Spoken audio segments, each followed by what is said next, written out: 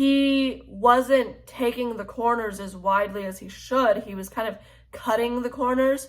And so he was either tripping me on my right side or so kind of like scraping my right shoulder.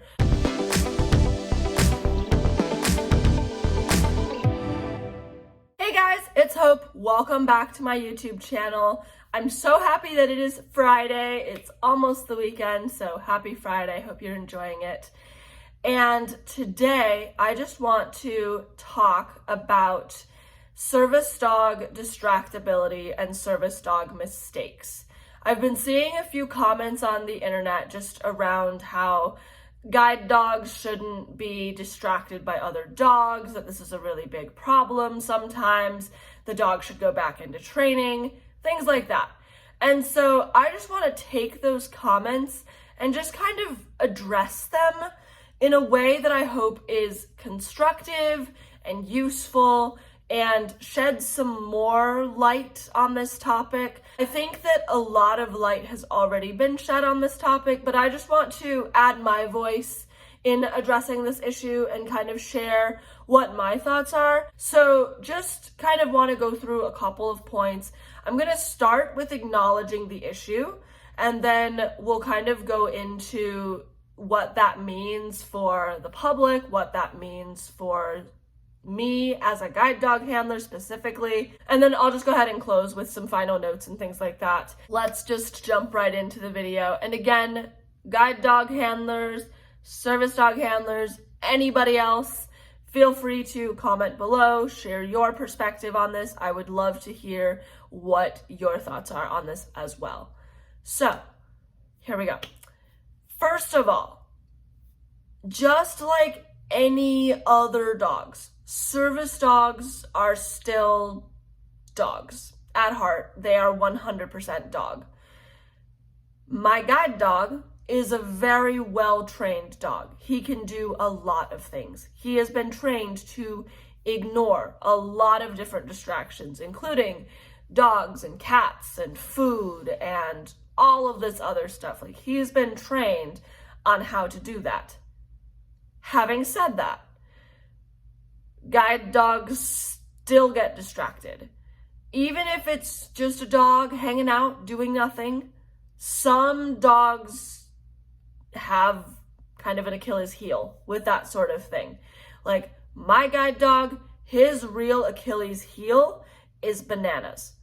Thankfully, we don't run into a lot of bananas, but he has this thing with bananas that, like, even if we are working, if I peel a banana and he is in a harness, in a downstay, he will still pop up to look at me because I am peeling a banana.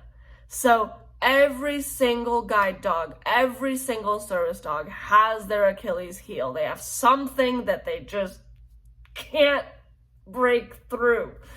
So that is a really important part to understand, is all guide dogs make mistakes. All guide dogs get distracted by all kinds of things, right? I'm just speaking to guide dogs because I know more about guide dogs than any other service dog, but I am blind, which means that when my guide dog and I are walking down the sidewalk, Leader is going to notice something before I do.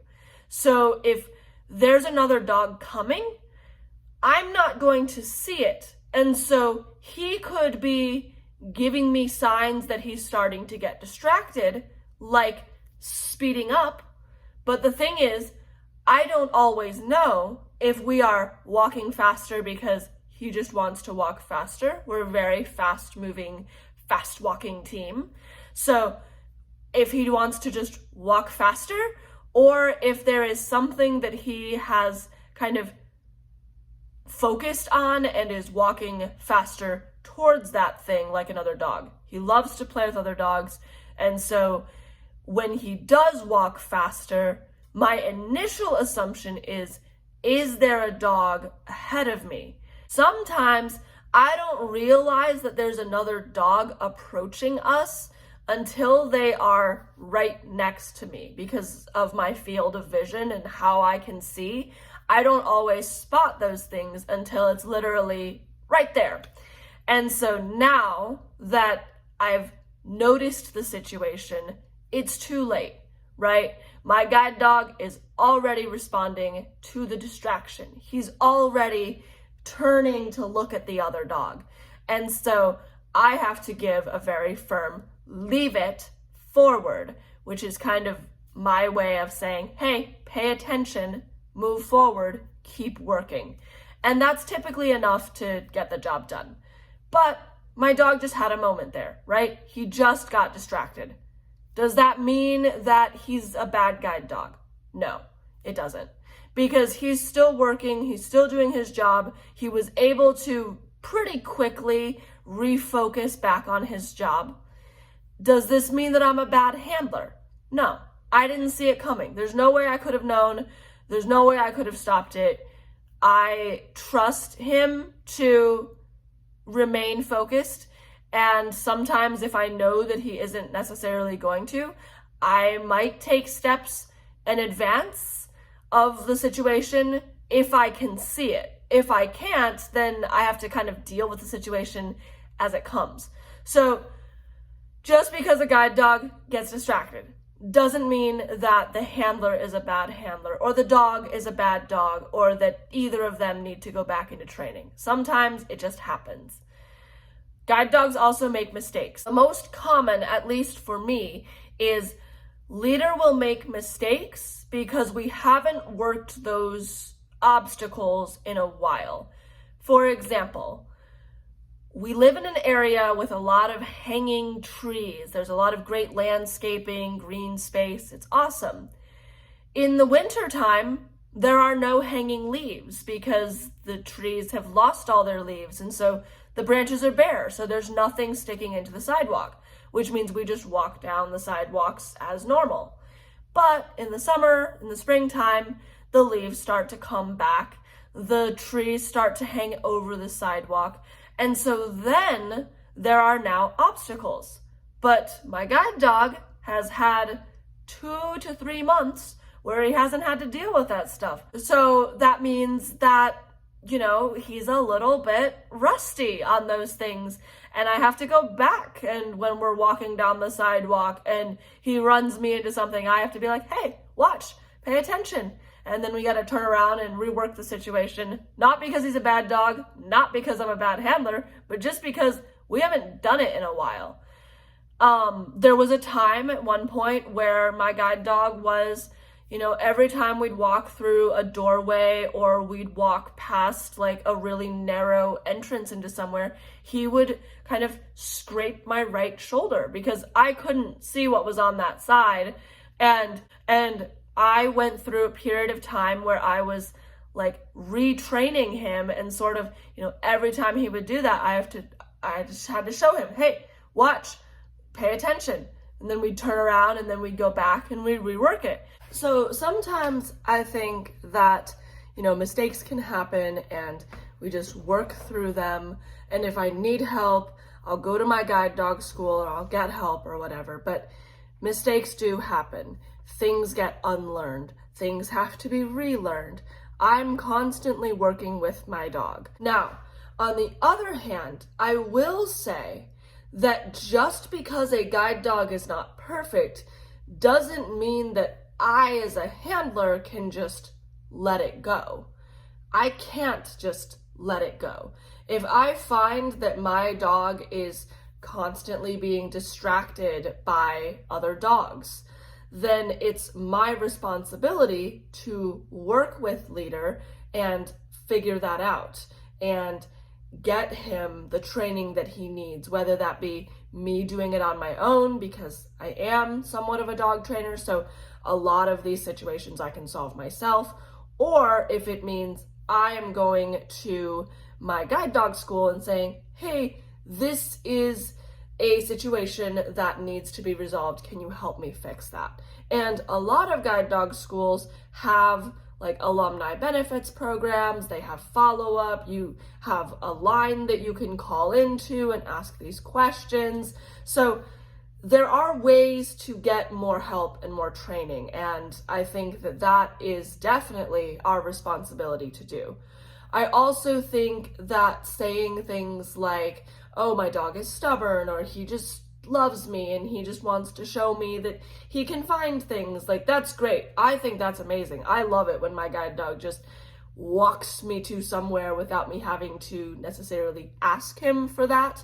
But sometimes that's not really wanted. So for example, like, I have a sidewalk in my area where I can either go straight or I can turn left. And a lot of the time we turn left, but sometimes we go straight.